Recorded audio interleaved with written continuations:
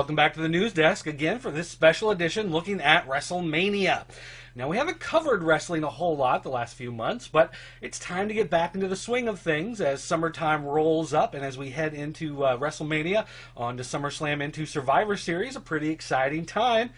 Should be. Let's take a look at WrestleMania 1 week away and see how excited we are for all the matches. First up, we've got Rock versus CENA. Now, this is considered to be one of the most highly anticipated matches of all time, probably because they've been hyping it for a year.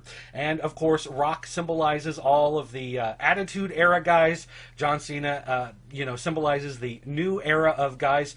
And the question is whether or not The Rock will actually pass the torch on to John Cena.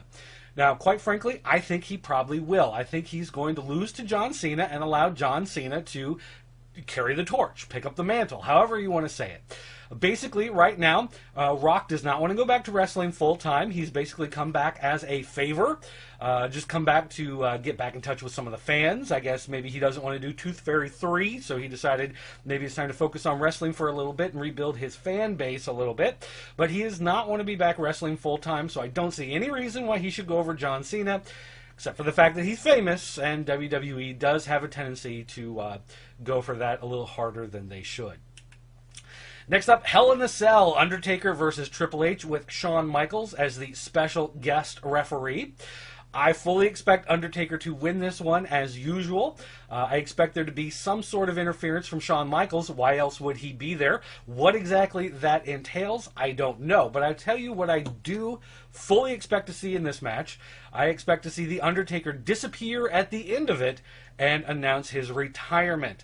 I don't expect any more matches out of the big guy, except maybe when he's inducted into the Hall of Fame, WrestleMania in a few years, he may come back for a charity match, maybe appear in the Royal Rumble a few more years down the road, but for the most part, his career is over. He's got a lot of back problems. I believe he's got some knee and or hip problems, and so basically, his career is more or less over. This is going to be his big final match. So I fully expect some sort of pyrotechnic display after he wins. Flames, lightning bolts, whatever. And then the smoke will clear, and then he will be gone. And that will be the end of The Undertaker, going out on a high note, undefeated at WrestleMania. Next up, Team Teddy versus Team Johnny. This is basically the, hey, let's get a bunch of guys on the pay-per-view, they can get their payoff and be on TV. Now, whether or not you really buy into this feud, I guess depends on how much you really care about the general manager position. Teddy Long has basically been ineffectual as a general manager character. He just kind of appears sometimes, does his little dance thing, and then takes off, but he's a face. He's not supposed to do a whole lot. Now, Johnny Ace, on the other hand, he is a total heel from the way he speaks to the way he acts to, of course, what he does to affect the show. He is the total bad guy. I would kind of expect that in this one they're going to have Teddy Long win just so they can move Johnny back behind the camera where he has been for a long time.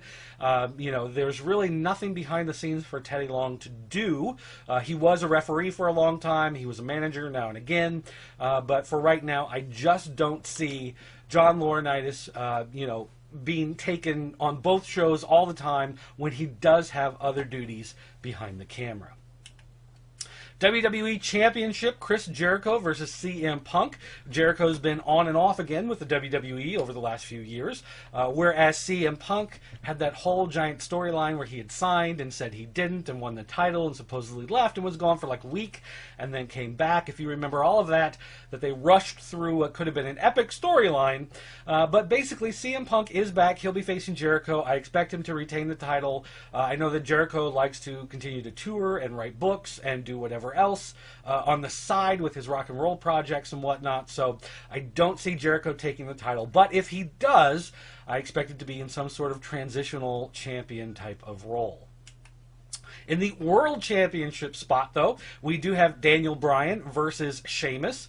This is one of those that could go either way. I'm not really sure how WWE management feels about Daniel Bryan at this point in time, whether or not they feel he's paying off like he should be.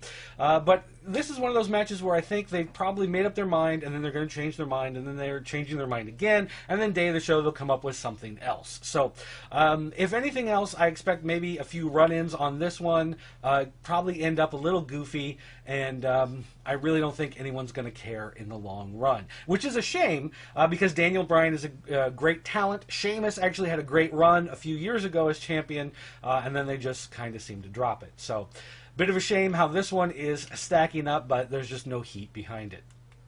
The Intercontinental Championship, Cody Rhodes versus Big Show. There you go. That's as exciting as that one gets. I don't know of a single person who's really all that enthusiastic about it. It's just going to be one of those matches on the show because they had two guys and they needed to have them do something, which kind of takes me on to the next match, which is Randy Orton versus Kane. Kane made his big reemergence in WWE, attacked John Cena. Then they realized they had a storyline for John Cena, so they moved Kane out to something else, which ended up being Randy Orton, because Randy Orton didn't have a storyline. So here you go. This is one of those hot coffee matches. If you remember a few years ago, they had Kane versus Chris Jericho because Chris Jericho spilled hot coffee on Kane. This is one that's, again, who cares?